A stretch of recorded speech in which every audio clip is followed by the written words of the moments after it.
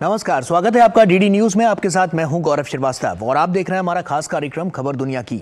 खबर दुनिया की में आज की कड़ी में बात होगी इजराइल हमास संघर्ष की, उत्तर कोरिया के जासूसी उपग्रह से क्षेत्र में गरमाई राजनीति की, चीन में रहस्यमयी बीमारी की दस्तक की, नीदरलैंड में हुए आम चुनावों के नतीजों की और संघर्षग्रस्त यूक्रेन में फूड ट्रेन से मिली राहत की। साथ ही इसके अलावा होगा और बहुत कुछ, लेकिन सबसे पहले नजर हेडलाइंस पर।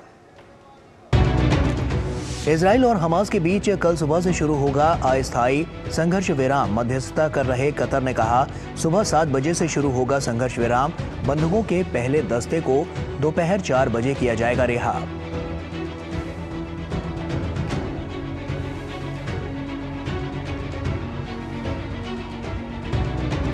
इजरायली सेना का गाजा में हमास आतंकियों के खिलाफ अभियान जारी। करीब 300 ठिकानों को निशाना बनाने का किया दावा।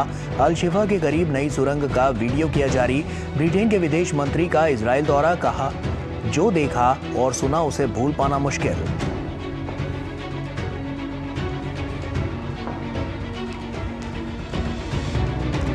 उत्तर कोरिया द्वारा प्रक्षेपित किए गए जासूसी उपग्रह के बाद बढ़ा तनाव। 2018 का सैन्य समझौता रद्द होने के बाद उत्तर कोरिया ने दक्षिण कोरिया की सीमा पर सैनिकों की संख्या बढ़ाने और नए हथियार तैनात करने का किया ऐलान।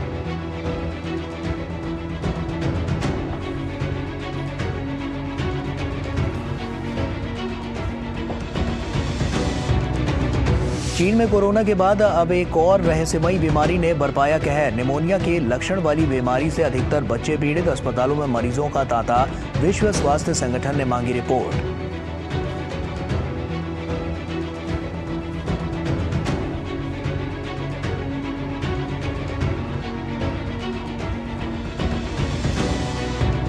नीदरलैंड्स में धुर दक्षिणपंथी नेता गीट विल्डर्स की पार्टी को मिली बड़ी सफलता। 37 सीटों पर दर्ज की जीत, बन सकते हैं अगले प्रधानमंत्री।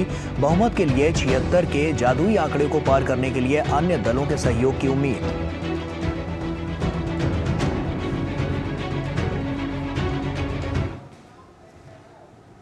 और आइए अब शुरुआत करते हैं और सबसे पहले बात करते हैं एशिया की।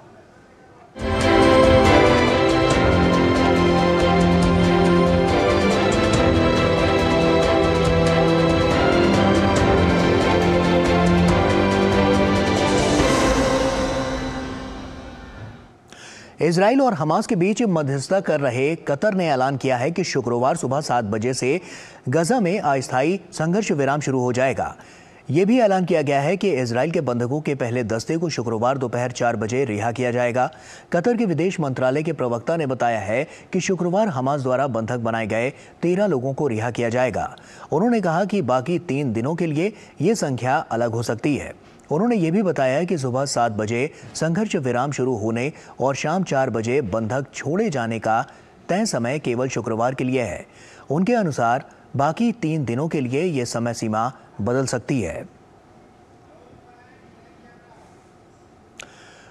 और इजराइल और हमास के बीच बीते 1 महीने से घमासान युद्ध चल रहा है और इस दौरान इजरायली सेना बुरी तरह से गाजा पट्टी पर हवाई हमले कर रही है। इसकी वजह से गाजा पट्टी में स्थिति बेहद दयनीय है। ऐसे में इजराइल ने हमास के 300 ठिकानों को निशाना बनाने का दावा किया है। क्या है ताज़ा स्थिति, आइए जानते हैं। प्रस्तावित 4 दिन के पॉज और बंधकों की रिहाई में हो रही देरी के बीच इजरायली सेना का गाजा में हमास आतंकियों के खिलाफ भीषण कार्रवाई जारी है। इजरायली सेना ने हमास के 300 ठिकानों को निशाना बनाने का दावा किया है। इजरायली सेना ने हमास के परिचालन मुख्यालय, भूमिगत लड़ाकू सुरंगें, आईईडी गोदाम, आईईडी उत्पादन स्थल और एंटी टैंक लॉन्चिंग पोजीशन पर हवाई हमले किए हैं। इजरायली सेना ने गुरुवार को एक वीडियो जारी कर हमास के ठिकानों पर हमला करते हुए दिखाया गया है। वीडियो में सैनिकों को मलबे में तब्दील घरों को पार करते हुए और सड़क पर गोलीबारी करते हुए देखा जा सकता है। हम युद्ध खत्म नहीं कर रहे हैं। हम तब तक आगे बढ़ते रहेंगे जब तक हम विजयी नहीं हो जाते। हमास के अन्य क्षेत्रों में आगे बढ़ते रहेंगे। उधर इजरायली सेना का हमास की सुरंगों को बेनकाब करने का सिलसिला जारी है। सेना ने गुरुवार को एक और वीडियो जारी किया। हमास के गुप्त सुरंग नेटवर्क का प्रवेश द्वार दिखाया गया है। ये अल शिफा अस्पताल के करीब है और इसका प्रवेश द्वार एक नागरिक के घर में खुलता है। वीडियो में इजरायली सेना के प्रवक्ता डैनियल हगारी सुरंग के प्रवेश द्वार से गुजरते हुए देखे जा सकते हैं। सुरंग अलग अलग दिशाओं में जाती है जहां आतंकवादी सुरक्षित आश्रय अस्पताल को मानव ढाल के तौर पर उपयोग कर सकते हैं। शिफा अस्पताल के बाहर हमने जो सुरंग देखी उसमें नीचे जाने पर हमें ऐसे क्षेत्र भी मिलते हैं जो शिफा अस्पताल से अलग हैं, यानी एक दिशा शिफा अस्पताल की ओर जाती है। उधर लेबनान की सीमा पर भी भारी गोलीबारी जारी है। इजरायली सेना लगातार हिजबुल्लाह की ओर से किए जा रहे हमलों का मुंह तोड़ जवाब दे रही है। ज़ेरियत क्षेत्र में हवाई हमले में एक टैंक रोधी दस्ते को निशाना बनाने का दावा किया है। आईडीएफ ने तोपखाने के दस्ते पर भी हमला करने की बात कही है। इजरायली सेना ने बताया कि रात को लेबनान की धरती से दागी गई मिसाइल को सफलतापूर्वक मार गिराया गया है। इस बीच ब्रिटेन के विदेश मंत्री डेविड कैमरून ने किबुत्सी बेरी का दौरा किया, जहां 7 अक्टूबर के हमास के आतंकियों ने कहर बरपाया था। अपने इजरायली समकक्ष एली कोहेन के साथ कैमरून ने इलाके का दौरा किया, जहां हमास के आतंकियों ने 100 लोगों को बेरहमी से कत्ल कर दिया था। कैमरून ने कहा कि उन्होंने इजराइल में ऐसी चीजें देखी और सुनी हैं जिसे भुला पाना मुश्किल होगा। माता पिता को उनके बच्चों के सामने गोली मार दी गई, बच्चों को उनके माता पिता के सामने गोली मार दी गई। मैंने ऐसी बातें सुनी हैं और ऐसी चीजें देखी हैं जिन्हें मैं स्पष्ट रूप से कभी नहीं भूलूंगा। इस बीच स्पेन के प्रधानमंत्री पेड्रो सांचेज ने गुरुवार को इजराइल के राष्ट्रपति और प्रधानमंत्री से मुलाकात की। उन्होंने इजराइल को अंतर्राष्ट्रीय कानूनों का पालन करने की सलाह दी। उधर जर्मनी में हमास और फिलिस्तीन समर्थक समूह सेमीडोन से जुड़ी 15 संपत्तियों पर छापेमारी की गई। छापेमारी दोनों समूहों पर लगाए गए प्रतिबंध के बाद की गई है। और वक्त यहां पर एक छोटे से ब्रेक का हो गया है, जल्द लौटते हैं।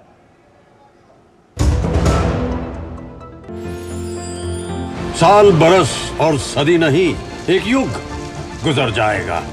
उम्र न पूछो वंडर की, जब फर्क नजर आएगा। वंडर सीमेंट, फर्क नजर आएगा। Ashutosh Verma, mutual funds distribute. अरे सर जी, म्यूचुअल फंड वाले खुद ही कहते रहते हैं डायरेक्ट इन्वेस्टमेंट कर लो। सारे डायरेक्ट इन्वेस्टमेंट करेंगे तो आपका कौन पूछेगा? हम यहाँ क्यों बैठे? तो ब्रेक के बाद एक बार फिर से आप सभी का स्वागत है। उत्तर कोरिया ने आखिरकार अंतरिक्ष में अपना जासूसी सैटेलाइट तैनात कर लिया। इस सफलता से पहले इस साल उत्तर कोरिया को 2 बार असफलता मिली थी, लेकिन उत्तर कोरिया द्वारा अंतरिक्ष में जासूसी उपग्रह स्थापित करने के बाद क्षेत्र की राजनीति गरमाई हुई है। क्या है इसके मायने, आइए जानते हैं।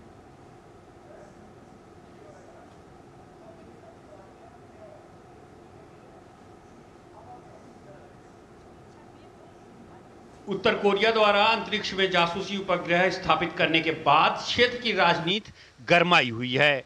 इस बड़ी सफलता के बाद उत्तर कोरिया के हौसले काफी बढ़े हुए हैं। अब उत्तर कोरिया ने दक्षिण कोरिया से लगी अपनी सीमा पर सेना को चुस्त दुरुस्त करने के साथ नए हथियारों की तैनाती की घोषणा की है। उत्तर कोरिया के ये बयान सियोल द्वारा 2018 में दोनों देशों के बीच हुए सैन्य समझौते को रद्द किए जाने के एक दिन बाद आया है। उत्तर कोरिया के रक्षा मंत्रालय ने दक्षिण कोरिया के साथ समझौते के तहत रोके गए सभी सैन्य उपायों को फिर से बहाल करने की बात कही है। हम जमीन, समुद्र और हवा सहित हर जगह सैन्य तनाव और संघर्ष को रोकने के लिए की गई सैन्य कार्रवाई को वापस ले लेंगे। साथ ही हम सैन्य सीमांकन रेखा वाले क्षेत्र में अधिक शक्तिशाली सशस्त्र बलों और नए प्रकार के सैन्य उपकरणों को तैनात करेंगे। इस साल अपने तीसरे प्रक्षेपण प्रयास के बाद उत्तर कोरिया ने मंगलवार को जासूसी उपग्रह को कक्षा में स्थापित कर लिया। अमेरिका समेत उसके सहयोगी देशों ने प्रक्षेपण की कड़ी निंदा की है। संयुक्त राष्ट्र ने भी उत्तर कोरिया पर सैटेलाइट लॉन्च करने से प्रतिबंध लगा रखा है। गुरुवार को उत्तर कोरिया ने प्रक्षेपण का पहली बार वीडियो जारी करते हुए दावा किया कि इसे कक्षा में सफलतापूर्वक स्थापित कर लिया गया है। सियोल ने प्रक्षेपण की कड़ी निंदा करते हुए बुधवार की सुबह से ही सीमा पर निगरानी अभियान को बढ़ाने का फैसला किया। दक्षिण कोरिया का कहना है कि ये 2018 के व्यापक सैन्य समझौते के तहत स्थापित किए गए नो फ्लाइंग जोन का उल्लंघन है। हालांकि ये पहली बार नहीं है जब उत्तर कोरिया ने समझौते का उल्लंघन किया हो। पिछले 2 साल से उत्तर कोरिया लगातार दक्षिण कोरिया की ओर मिसाइल और तोपखाने दाग रहा है। हालांकि क्षेत्र में तनाव भड़काने को लेकर दोनों देश एक दूसरे के ऊपर आरोप लगा रहे हैं। सैन्य समझौते का आंशिक निलंबन हमारे लोगों के जीवन और सुरक्षा की रक्षा के लिए एक आवश्यक उपाय है। यह उत्तर कोरिया की उकसावे वाली कार्रवाई और न्यूनतम रक्षात्मक कार्रवाई के खिलाफ एक समान उपाय है। सैटेलाइट की ये लॉन्चिंग कोलिमा वन रॉकेट से की गई है। इस रॉकेट के जरिए ही मलयांग 1 सैटेलाइट को पृथ्वी के ऑर्बिट में तैनात किया गया। सैटेलाइट लॉन्च के 12 मिनट बाद धरती की निचली कक्षा में तैनात हो गया। अमेरिका ने कहा है कि इससे तनाव और बढ़ेगा। साथ ही कोरिया के आसपास के इलाकों में सुरक्षा स्थिति में बेवजह की दरार आएगी। उत्तर कोरिया के अंतर महाद्वीपीय बैलिस्टिक मिसाइल प्रोग्राम की वजह से पूरी दुनिया को खतरा पैदा हो सकता है। उत्तर कोरिया के पहले जासूसी उपग्रह को कक्षा में स्थापित करने के पिछले 2 प्रयास विफल रहे हैं और अगस्त में आखिरी प्रयास के बाद उत्तर कोरिया के वैज्ञानिकों ने अक्टूबर में फिर से प्रयास करने का दावा किया था। कोरोना का कहर देखने के बाद अब लोग महामारी के नाम से भी डरने लगे हैं। ऐसे समय एक नई महामारी का खतरा फिर से सताने लगा है। इस बीमारी के फैलने की शुरुआत भी कोविड-19 की तरह चीन से ही हो रही है। चीन के कई अस्पतालों में इस रहस्यमयी बीमारी के मरीज देखे गए हैं, जो तेजी से बढ़ते भी जा रहे हैं और इस पर रिपोर्ट्स आने के बाद विश्व स्वास्थ्य संगठन की चिंता भी बढ़ गई है। और तो और ये बीमारी खासतौर पर स्कूली बच्चों में देखी जा रही है। कोरोना के खौफ को लोग अभी भूल भी नहीं पाए थे कि चीन में एक बार फिर एक रहस्यमयी बीमारी ने दस्तक दे दी है। खासतौर से बच्चों को अपनी चपेट में ले रही इस बीमारी की वजह से तेजी से अस्पतालों में भीड़ बढ़ रही है। इससे बच्चों के अस्पतालों में हालात मुश्किल होते जा रहे हैं। विश्व स्वास्थ्य संगठन ने भी बयान जारी करते हुए इस पर चिंता जताई है और लोगों को सतर्कता बरतने के लिए कहा है। इसके साथ ही विश्व स्वास्थ्य संगठन ने चीन के स्वास्थ्य अधिकारियों से बच्चों के बीच फैलती इस बीमारी के बारे में अधिक जानकारी देने के लिए कहा है। इसके अलावा इस बीमारी के बढ़ते मामलों को देखते हुए WHO ने प्रभावित क्षेत्रों में लोगों को एहतियाती कदम उठाने की सलाह दी है। बच्चों का इम्यून सिस्टम अच्छे से विकसित नहीं होता है। बच्चों में बीमारी फैलाने वाले कीटाणुओं से लड़ने की क्षमता कम होती है। यही कारण है कि बच्चे आसानी से संक्रमण का शिकार हो जाते हैं। मीडिया रिपोर्ट्स के मुताबिक इस बीमारी के बताए गए प्राथमिक लक्षण निमोनिया के अनुरूप हैं, जिनमें बुखार, खांसी और सांस लेने में कठिनाई शामिल है। हालांकि मामलों की गंभीरता अलग अलग होती है। गंभीर मामलों में कुछ मरीजों को अस्पताल में भर्ती करने की भी जरूरत पड़ रही है। पिछले हफ्ते चीन के राष्ट्रीय स्वास्थ्य आयोग ने कहा कि देश भर में कई श्वसन रोगों में वृद्धि हुई है। इसमें विशेष रूप से इन्फ्लुएंजा, कोविड, माइकोप्लाज्मा, निमोनिया जैसी बीमारियां शामिल है। उत्तरी चीन में इस बीमारी का प्रकोप अभी ज्यादा है। बीजिंग और लियोनिंग के अस्पतालों में इस रहस्यमय बीमारी से प्रभावित बच्चे सबसे ज्यादा आ रहे हैं। बीजिंग में हालात इस कदर खराब होने लगे हैं कि मरीजों को अस्पताल में भर्ती कराने के लिए घंटों इंतजार करना पड़ता है। अधिकारियों ने इस वृद्धि के लिए कोविड प्रतिबंध हटाए जाने को जिम्मेदार ठहराया है। ब्रिटेन और अमेरिका सहित अन्य देशों में महामारी से जुड़े प्रतिबंधों को हटाने के बाद फ्लू जैसी बीमारियों में इसी तरह की वृद्धि देखी गई थी। WHO का कहना है कि यह स्पष्ट नहीं है कि रिपोर्ट किए गए निमोनिया के प्रकोप और बीजिंग द्वारा रिपोर्ट किए गए श्वसन संक्रमण में समग्र वृद्धि आपस में जुड़ी हुई है। लिहाजा विश्व स्वास्थ्य संगठन ने अधिक विस्तृत जानकारी के लिए आधिकारिक अनुरोध किया है। साथ ही संगठन ने चीन के लोगों से टीकाकरण, मास्क पहनने और हाथ धोने जैसी बुनियादी सावधानियां बरतने का आग्रह किया है। और वक्त यहाँ पर एक और छोटे से ब्रेक का है, जल्द लौटते हैं।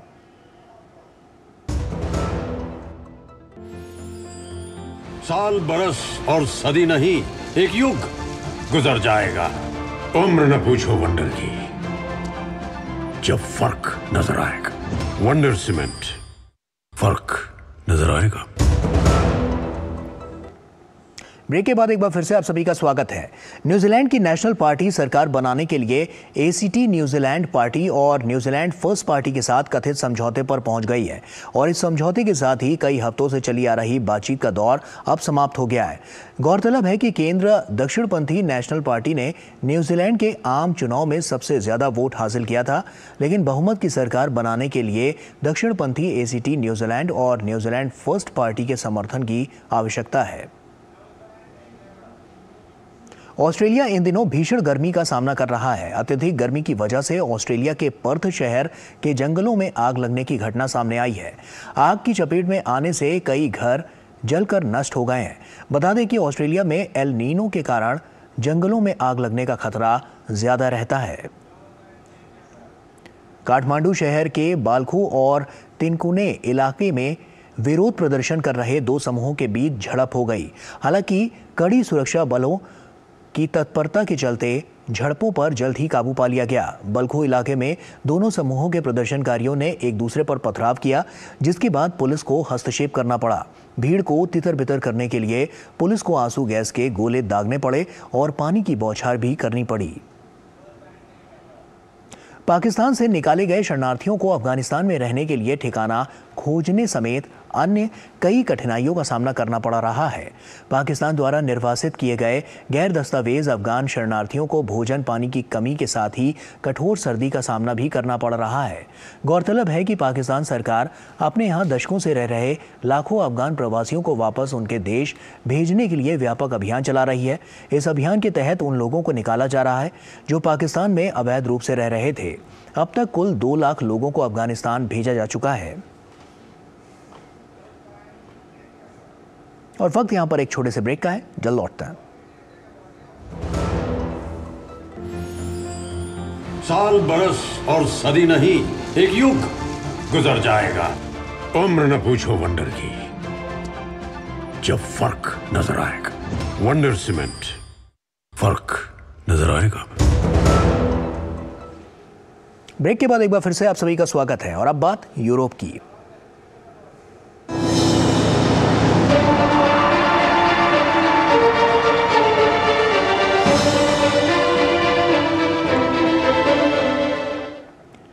नीदरलैंड के आम चुनाव पूरे हो चुके हैं। यहाँ के धुर दक्षिणपंथी नेता गीट वाइल्डर्स चुनाव जीत चुके हैं। 150 सीटों वाली संसद में उनकी पार्टी ने 37 सीटों पर जीत हासिल कर सबसे बड़ी पार्टी के रूप में उभरी है। हालांकि सरकार गठन में अभी भी कई पेच हैं और बहुमत के लिए 76 के जादुई आंकड़े को पार करने के लिए अन्य दलों के सहयोग की उम्मीद है। ऐसे में अपनी पार्टी के शानदार प्रदर्शन पर गीट वाइल्डर्स ने खुशी जाहिर की है।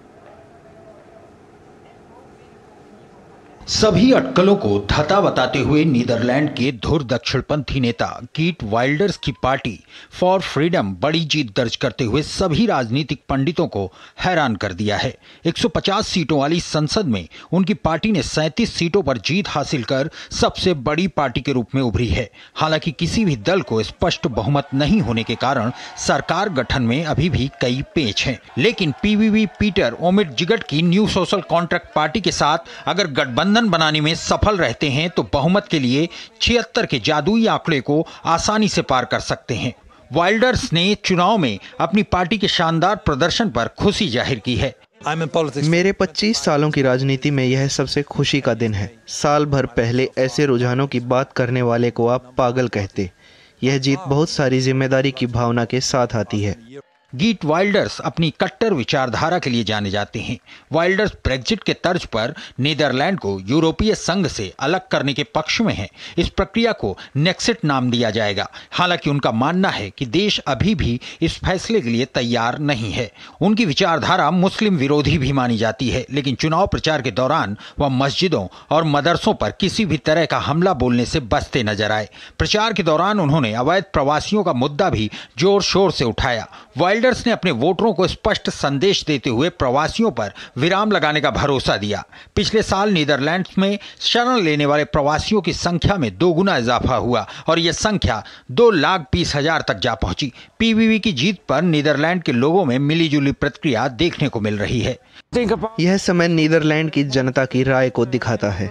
नीदरलैंड को बीते 14 सालों में इस बदलाव की जरूरत थी। फ्रांस की धुर दक्षिणपंथी नेता ली पेन ने नीदरलैंड के चुनाव में बड़े उलटफेर का स्वागत किया है। मैं इस जीत का स्वागत करती हूँ। गीट वाइल्डर्सन का आंदोलन यूरोपीय संसद में पहचान और लोकतंत्र के पक्ष में है। निवर्तमान प्रधानमंत्री मार्क रूटे की पार्टी रूढ़िवादी वीवीडी तीसरे स्थान पर रही। उम्मीद है कि वाइल्डर्स वीवीडी और upstart party new social contract के साथ एक दक्षिणपंथी सरकार बनाने की कोशिश करेंगे। हालांकि गठबंधन के लिए समझौता आसान नहीं होगा, क्योंकि दोनों पार्टियों ने कहा है कि उन्हें वाइल्डर्स के साथ काम करने पर गंभीर संदेह है, विशेष तौर पर उनके मुखर मुस्लिम विरोधी रुख को लेकर। नई सरकार के गठन तक 2010 से देश के पीएम मार्क रूटे कार्यवाहक प्रधानमंत्री के तौर पर काम करते रहेंगे। रूस और यूक्रेन के बीच संघर्ष रुकने का नाम नहीं ले रहा है।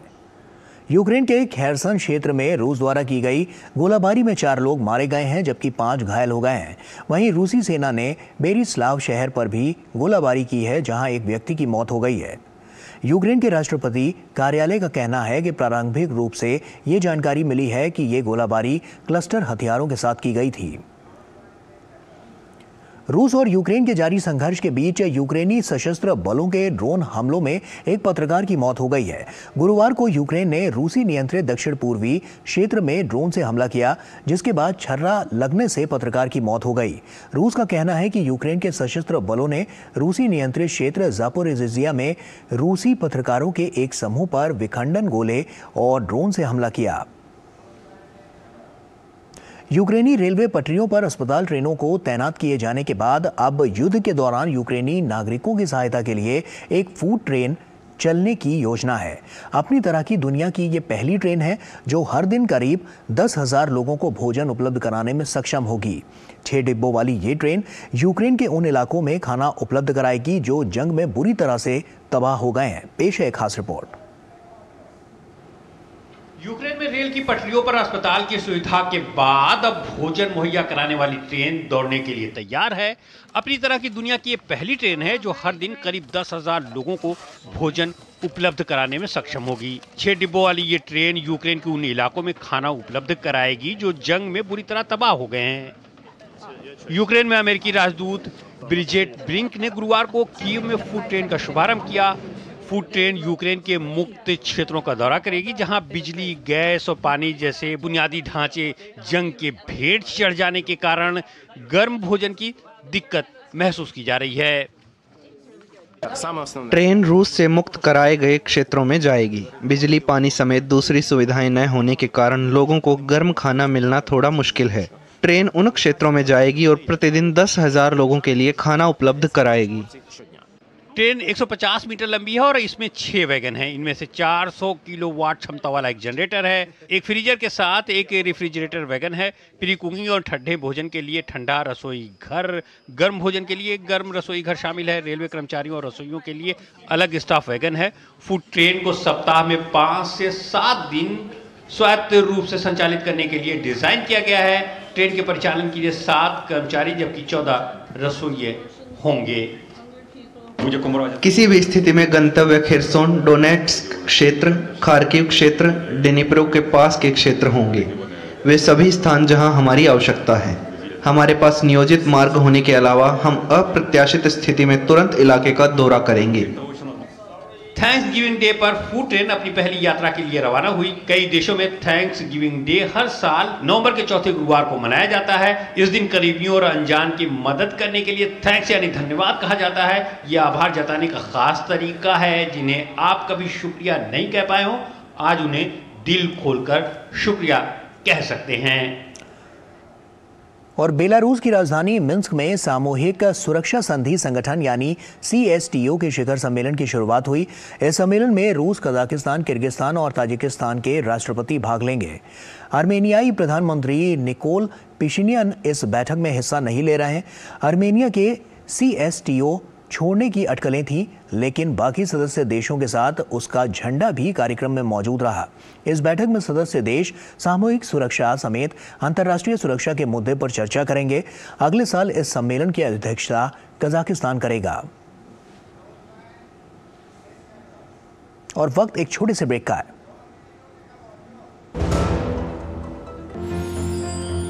साल, बरस और सदी नहीं, एक युग गुजर जाएगा। उम्र न पूछो वंडर की, जब फर्क नजर आएगा। वंडर सीमेंट, फर्क नजर आएगा। और आइए आगे बढ़ते हैं और अब बात करते हैं विश्व संस्कृति की।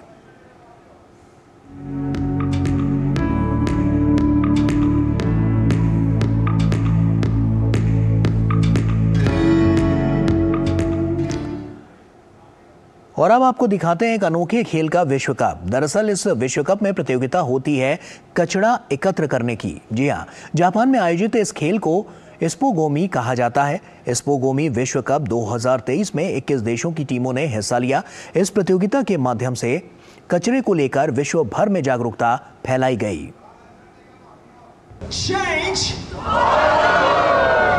आमतौर पर आपने क्रिकेट, फुटबॉल समेत अन्य खेलों के विश्व कप के बारे में जरूर सुना होगा, पर आज हम आपको एक ऐसे विश्व कप के बारे में बताने जा रहे हैं जो लोगों के बीच जागरूकता फैलाने के लिए उपयोगी साबित हुआ है। आपको बता दें कि जापान में कचरा इकट्ठा करने वाले अनोखे खेल का विश्व कप आयोजित किया गया है। कचरा उठाने वाले इस खेल को स्पोगोमी कहा जाता है। स्पोगोमी खेल का आविष्कार जापान में किया गया था, जिसमें हिस्सा लेने वाली टीमें एक समय सीमा और निर्धारित क्षेत्र में कूड़े को एकत्र करती हैं। स्पोगोमी विश्व कप 2023 में 21 अलग अलग देशों की टीमों को एक साथ लाने में कामयाब रहा। हम यह समझते हैं कि हमारे पास जो कुछ भी है, सब कुछ, हमारे कपड़े, हमारी इमारतें, सब धरती माँ से आती हैं और इसलिए हमें वास्तव में उनकी रक्षा करनी है। इसलिए जापान में इस संस्कृति के बारे में जानने के लिए बल्कि व्यापक रूप से सीखने का यह एक शानदार अवसर है। यह वास्तव में हम सभी के लिए महत्वपूर्ण है कि हम अपने ग्रह की देखभाल की जिम्मेदारी लें। इस खेल में जापान के लोगों को सार्वजनिक स्थानों पर कूड़ा उठाने के लिए प्रोत्साहित करने के लिए इसका आविष्कार किया गया था। 2008 में जापान के लोगों को सार्वजनिक स्थानों से कूड़ा उठाने के लिए इस खेल का इजाद हुआ था। प्रतियोगिता के आयोजक निप्पॉन फाउंडेशन के कार्यकारी निदेशक मित्सुकी उन्नो ने बताया कि ये टूर्नामेंट पर्यावरण संरक्षण और विशेष रूप से समुद्र में बहने वाले प्लास्टिक के कचरे को कम करने के बारे में जागरूकता बढ़ाने की दिशा में एक सार्थक कदम था। इस कार्यक्रम का सबसे ज्यादा महत्वपूर्ण उद्देश्य यह है कि जो लोग अभी तक समुद्री कचरे की समस्या से अवगत नहीं हैं, उन्हें समुद्र में कूड़े की स्थिति का एहसास कराना है। इस आयोजन का दूसरा उद्देश्य वास्तव में उन लोगों के लिए अवसर प्रदान करना है जो इस मुद्दे के बारे में जागरूक हैं और चाहते हैं कि वे कुछ कार्रवाई करें। यूके की टीम ने लगभग 57 किलोग्राम कचरा इकट्ठा कर सबसे ज्यादा अंक अर्जित करने के बाद इस विश्व कप को अपने नाम कर लिया है। टीम की कप्तान सारा पेरी ने बताया कि कूड़ा इकट्ठा करना एक गंभीर खेल है। 2 minutes. So we've probably come to Spogomi more as sport. हम शायद स्पोगोमी को एक खेल के रूप में भाग लेने के लिए आए थे, पर हमने इस खेल के साथ ही जापान और जापानी संस्कृति के बारे में जाना। लेकिन वास्तव में हमने जो सीखा है वह प्रकृति के पारिस्थितिक तंत्र के बारे में है, जो कि महत्वपूर्ण है। हमें अपने महासागरों को साफ करने और कूड़े को कम करने की कितनी जरूरत है, इसके बारे में बहुत कुछ सीख लिया है। इसलिए यह वास्तव में हमारे लिए एक अच्छा अनुभव रहा है। So for us, it's been a really good experience. आयोजकों के अनुसार अगले साल भी स्पोगोमी विश्व कप आयोजित किया जाएगा, जिसमें इस बार की तुलना में अधिक देशों की प्रतिभागिता सुनिश्चित की जाएगी।